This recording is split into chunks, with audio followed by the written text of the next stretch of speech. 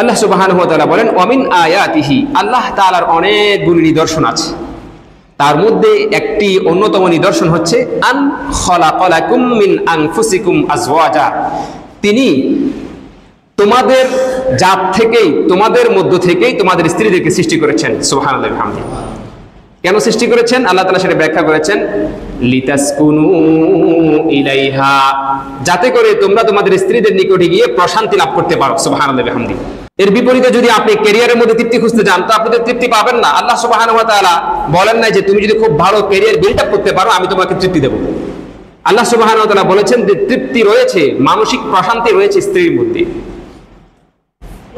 খবর আসছে আপনার চট্টগ্রামে অবিবাহিত ছেলে বেশি, চট্টগ্রাম অঞ্চলে কি বেশি? অবিবাহিত ছেলে বেশি।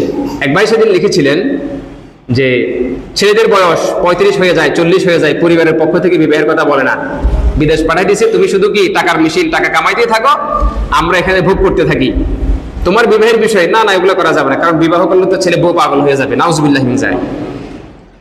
আল্লাহ সুবহানাহু ওয়া তাআলার কাছে কাল কিয়ামত দিবসে এমন মানসিকতার প্রত্যেক অভিভাবককে দায়বদ্ধ হতে হবে, জবাব দিতে হবে। আল্লাহ তাআলাকে আমরা এই বিষয়ে ভয় করব ইনশাআল্লাহ তাআলা। সন্তানরা প্রাপ্তবয়স্ক হলেই তাদেরকে বিবাহ করানো এটা মা বাবার কর্তব্য এবং দায়িত্ব।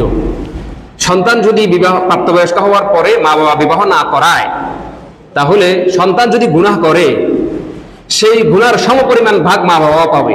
সন্তান তো গুনাহগার হবেই, মা বাবা দায়িত্বশীল, বড় ভাই, চাচা যারা আছে, যারা খুব চোখ রাঙানি দেয়, 2 দিনের ছেলে তুমি বিবাহ করতে চাও, এই ধরনের লোকদেরকে কালকে কিয়ামত দিবস অবশ্যই ওই সন্তানের প্রত্যেকটা পাপের অংশীদার করা হবে। নাউজুবিল্লাহি মিন যালিক। খবরদারি করার আগে একটু বুঝে শুনে খবরদারি করবো ইনশাআল্লাহ তাআলা।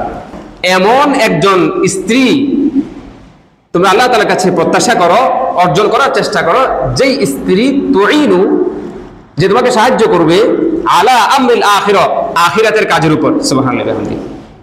অর্থাৎ দুনিয়ার কাজের ব্যাপারে নয়, বরং আখিরাতের কাজের ব্যাপারে আমাদেরকে সহযোগিতা করবে এমন একজন স্ত্রীকে বিবাহ করতে বলা হয়েছে।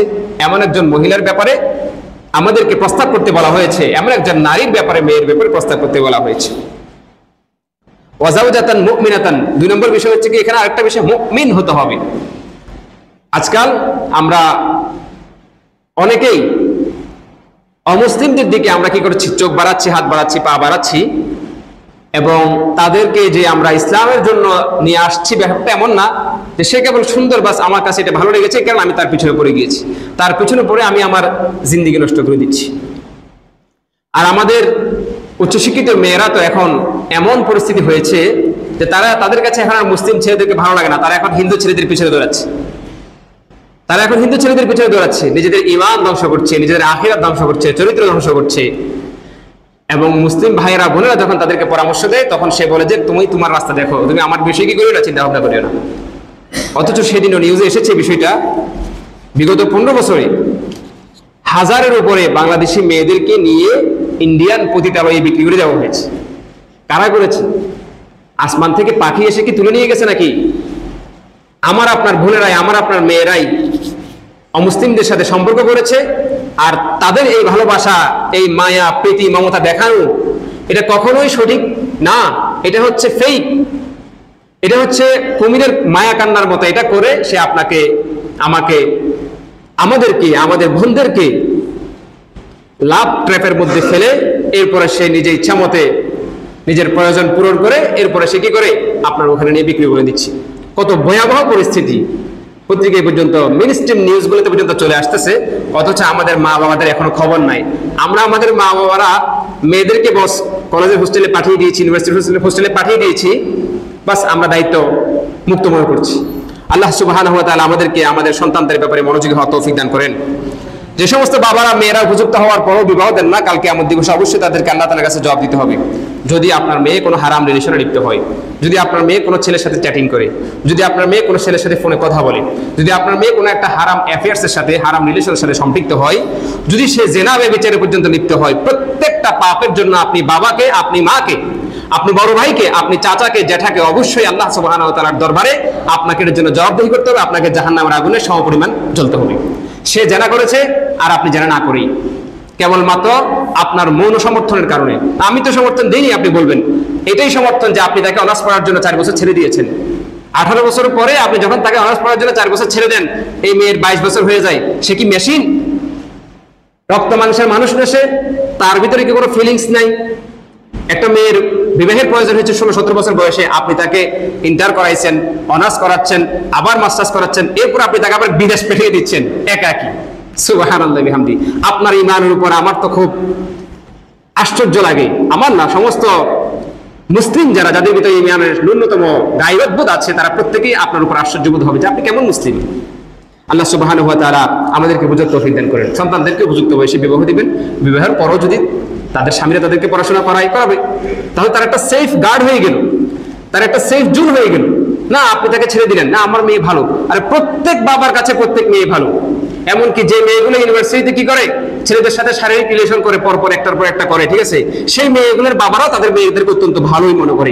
কোনো মেয়ে কি বাড়িতে আসি বলে যে আমি বাবা এই কাজ করি? আপনারা আমার এই আলোচনাকে উচ্চশিক্ষার বিরোধিতা মনে করবেন না, আমি বাস্তবতাটা আপনাদের সামনে তুলে ধরতে চাচ্ছি। যেহেতু আমরা সেই প্রেক্ষাপটে ছিলাম, আমরা দেখেছি বিষয়গুলো এবং আমাদের চোখে পড়েছে যে বিষয়গুলো, সেই বিষয়গুলো আপনাদেরকে জানানো আমরা আমাদের ইমানি দায়িত্ব মনে করে আপনাকে সচেতন করলাম।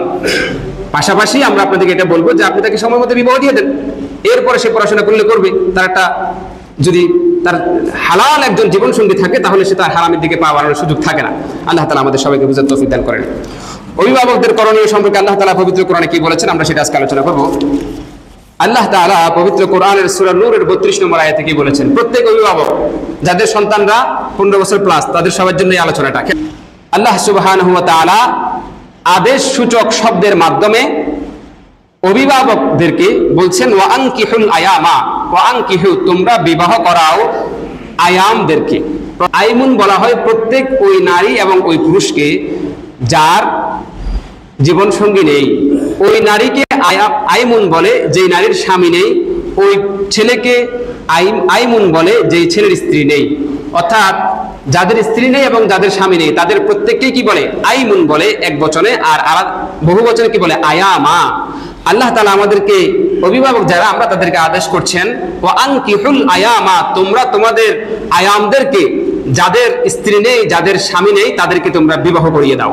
এতটুকু বয়ান দেওয়ার পরে আমাদের অভিভাবকরা বলে, হ্যাঁ আমরা হুজুর বয়ানটা বুঝছি, কিন্তু আমাদের একটা প্রশ্ন আছে। অভিভাবকদের একটা কি আছে? প্রশ্ন আছে। আল্লাহ তাআলা বলে, রাখো, আমি তোমাদের প্রশ্নের উত্তর আমি জানি, যেহেতু আমি তোমাদের স্রষ্টা, আমি তোমাদের খালেক, তোমাদের কি প্রশ্ন আছে সেটা আমি জানি, আমি উত্তর দিয়ে দিচ্ছি। আমাদের প্রশ্নটা কি বলেন? হুজুর ছেলে তো বেকার। ছেলে কি কথা বলে না, ছেলে বেকার বলে কি না মুরব্বীরা? ছেলে বেকার, কিভাবে বিবাহ করাবো? আল্লাহ তাআলা বলছেন, ইয়াকুনু ফুকারা ইউগনিহিমুল্লাহু মিন ফাদলি, যদি তোমরা মনে করো তারা গরীব, তারা দরিদ্র, ফুকারা ফকিরের বহুবচন, আল্লাহ তাআলা বিবাহের মাধ্যমে নিজের অনুগ্রহে তাদেরকে ধনী বানিয়ে দিবেন। সুবহানাল্লাহ।